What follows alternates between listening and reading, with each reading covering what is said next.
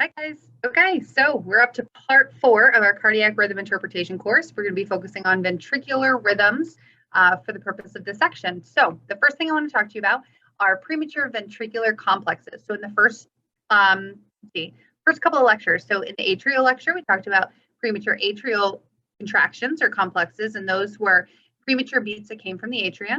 In our last lecture, we talked about premature junctional complexes or contractions, and those are premature beats that come from the AV node. And now we're going to talk about premature ventricular complexes or contractions, and those are coming from the ventricles.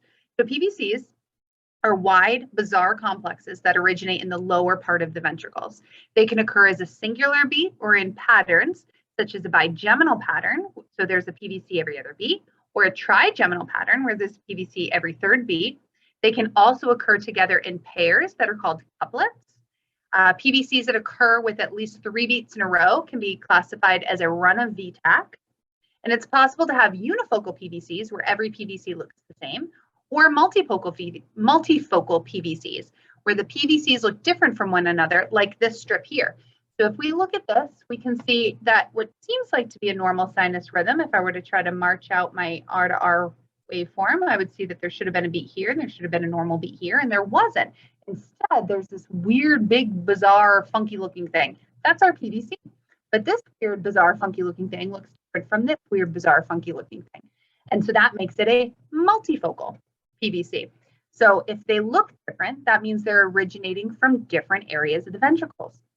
So PVCs that are originating from different areas, those multifocal ones, can be more dangerous, as that means that there's more areas of the ventricles that are excitable or irritated. All right, so what are some causes of this? A heart attack, so an MI, electrolyte imbalances, hypoxia, underlying heart disease. This can be a way for your ventricles to say, I'm not happy. Patients might complain of feeling palpitations. They might have some dizziness or weakness if they're having runs, so if they're having frequent PVCs.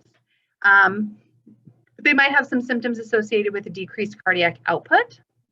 So the thing with PVCs, if they're infrequent or isolated, they usually don't cause a problem. But if they become more frequent, it's concerning because the chance of devolving into a ventricular arrhythmia is a lot higher. Your cardiac output can be impacted by PVCs as well. Now remember, if it's a ventricular beat that it's occurring at a sync, then the ventricles aren't going to be full of good, ready oxygenated blood. If it's on the left side. If it's on the right side, it's deoxygenated. It's going to the lungs, so it's trying to get to where it needs to go, right? The ventricles aren't going to be full of that blood. And so when it abnormally beats, it's actually not a full beat. And so you can decrease your cardiac output. Now, you can actually see if it's a perfusing or a non-perfusing PVC by watching your SpO2 pleth. So as you watch, you can see that your SpO2 pleth, you're going to have a positive pleth with all of your normal beats, because that's the pleth being able to register that that beat has gotten all the way down to wherever their finger probe is. If it's a finger probe, it's on their finger, but it could be an ear probe, it could be a nose probe, wherever their probe is. And what'll happen is you'll see that, so it'll be these nice SpO2 pleth with your normal beats, and then if there's a PVC, and it'll either continue to still be a good pleth, or it'll drop. And if it dropped, it's a non-perfusing PVC. It's a non-perfusing beat. If you still have it, it could be a perfusing PVC. So there are potentials to have 2 different types. Now, what kind of interventions do we need for this? Most of the time, we're not going to do interventions for just PVCs. But if they do become symptomatic, or you notice that the amount of PVCs is increasing, or it went from unifocal to multifocal, then let's try to figure out what might be going on. Let's check their electrolytes. Let's make sure they're not hypoxic. Let's make sure there's not a thing that's going on that's causing this problem. Amiodarone and lidocaine can be helpful, especially if you're seeing a lot more of the PVCs. And if it devolves into VFib or VTAC, then we'll follow ACLS guidelines. We're going to talk about those rhythms in a little bit. All right, so an idioventricular rhythm occurs when the ventricular conduction system takes over and becomes the dominant rhythm when all other intrinsic pacemakers have failed. And if we remember, the intrinsic ventricular rate is about 20 to 40 beats per minute.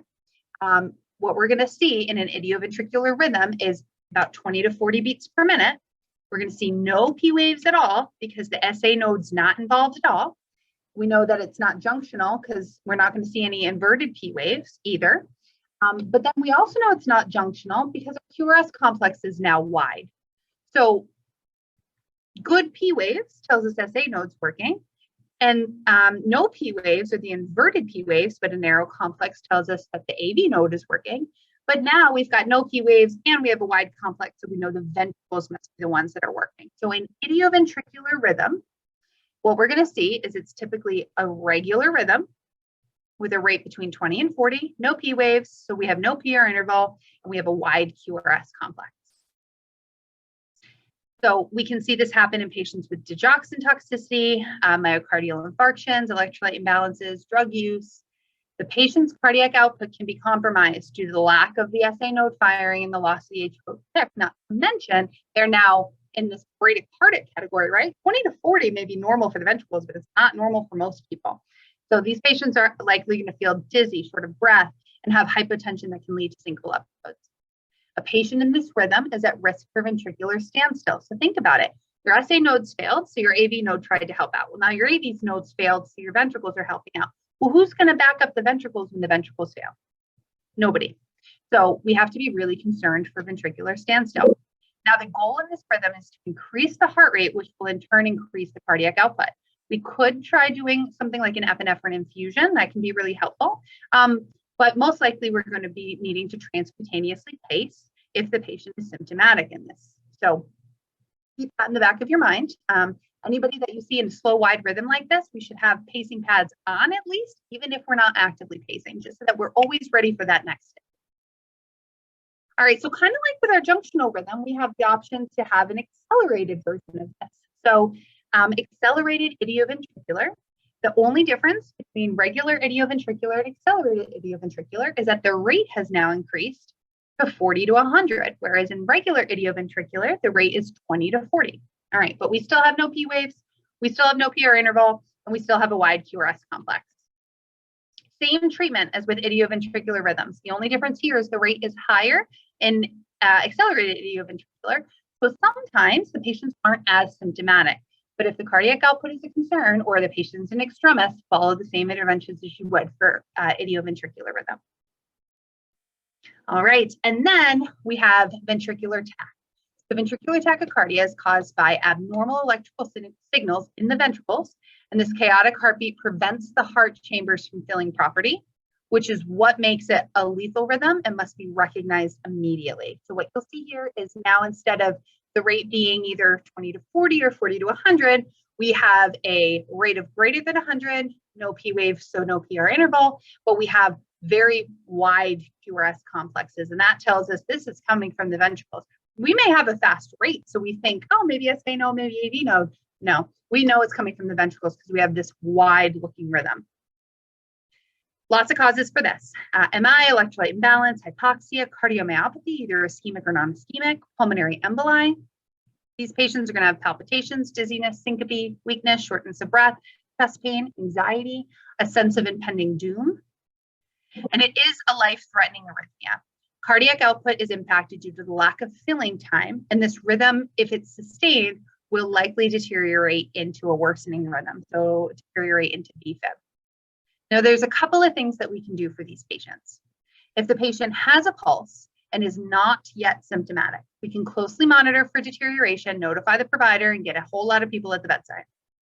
If the patient has a pulse, but they're symptomatic, we're going to prepare to perform a synchronized cardioversion.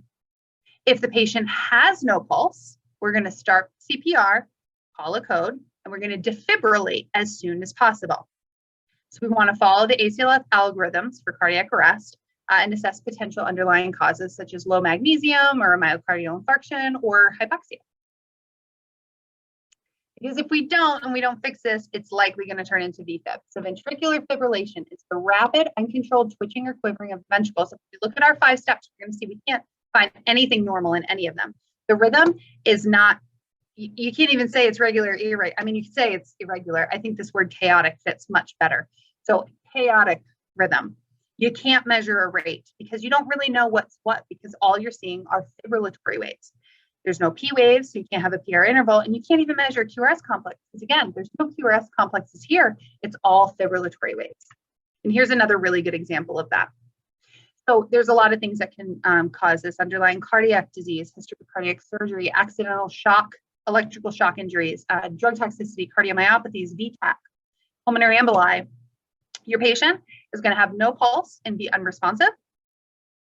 In this rhythm, cardiac output is immediately impacted, and the patient will lose perfusion to vital organs, including the brain. So VFib will eventually deteriorate to asystole. This is a life-threatening rhythm and requires an immediate response. So what are we going to do? We're going to check the patient and pulses. If they're in true VFib, we're going to start CPR immediately and prepare to defibrillate as soon as the defibrillator arrives. Defibrillation is the only effective treatment and must be performed as soon as possible and should take priority over IV placement and other IV medications being given, because that gives you the highest likelihood of being able to get them back into a somewhat regular rhythm, or at least an organized rhythm. And finally, asystole. So asystole is an absence of electrical activity. And without electrical activity, no cardiac contraction can occur. So this is a terminal rhythm. And if we follow the 5 steps, we can see there's no activity. So the rate is absent, everything is absent, P wave, PR interval, and QRS complex. Oh, in this situation, we want to really fall heavily back on our H's and T's for trying to determine a cause, especially if this isn't something. So if we have patients that are, CMO and that we know that they're progressing towards death, then this would be an expected finding, right? But if we have somebody that's not, or they went into VTAC and VFib, and now they've deteriorated into this, we need to be thinking about our H's and T's anytime anybody cardiac arrests unexpectedly. So what are our H's and T's? We're talking hypovolemia, hypoxia, hydrogen ions, which means acidosis, hypokalemia, hyperkalemia, hypothermia, hypoglycemia, toxins, tamponade, tension pneumo, coronary thrombus, pulmonary thrombus, and trauma. In these patients, they will be unresponsive with no pulse. We always want to check the patient first and then confirm in 2 leads. So we would check our patients, see if they have a pulse. If they don't have a pulse, we would start CPR. But then we would also want to confirm that we have asystole and that it's not an accidental disconnected EKG lead or low gain on our EKG monitor, to ensure that this is actually asystole and not, say, a fine VFib if the gain were off. But again, we're going to start CPR as soon as we realize the patient doesn't have a pulse. We'll follow ACLS algorithm, realizing that defibrillation is not indicated if it's true asystole. All right, let's do a couple of practice ones. This first one here, it should make you go like, ugh, right?